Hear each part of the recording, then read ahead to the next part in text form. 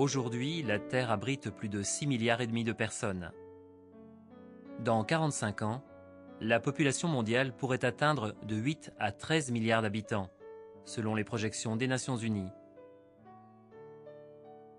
Pendant ce temps, avec le relèvement des niveaux de la mer, le réchauffement de la planète, les changements climatiques et la dégradation de l'environnement, il est difficile d'imaginer à quoi ressemblera la planète d'ici là.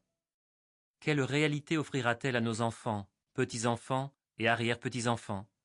La Terre sera-t-elle capable de nourrir tous les habitants de la planète? La bonne nouvelle est que l'agriculture peut s'enorgueillir d'excellents résultats. Depuis que les premiers hommes ont abandonné la chasse et la cueillette pour une vie sédentaire, à cultiver des plantes et à élever des animaux, il y a quelques 10 000 ans, les paysans n'ont cessé d'apporter des améliorations à la nature. Ils ont modifié les plantes sauvages originales pour les cultiver et ont créé la diversité en adaptant ces cultures aux nouveaux écosystèmes et aux besoins de l'homme, en sélectionnant les traits correspondant le mieux à l'environnement. Ce sont les paysans traditionnels du monde entier qui ont créé et préservé la diversité génétique agricole sur le terrain.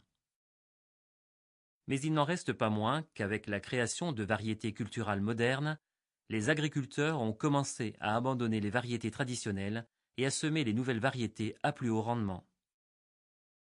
Le visage de l'agriculture s'est complètement modifié, la production industrielle prenant le pas sur les exploitations familiales traditionnelles dans de nombreuses régions du monde.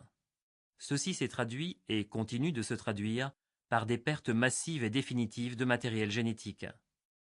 Par milliers, des variétés de céréales, fruits et légumes ont disparu quasiment du jour au lendemain, sans que l'on dispose d'aucun programme de sauvegarde de leur patrimoine génétique.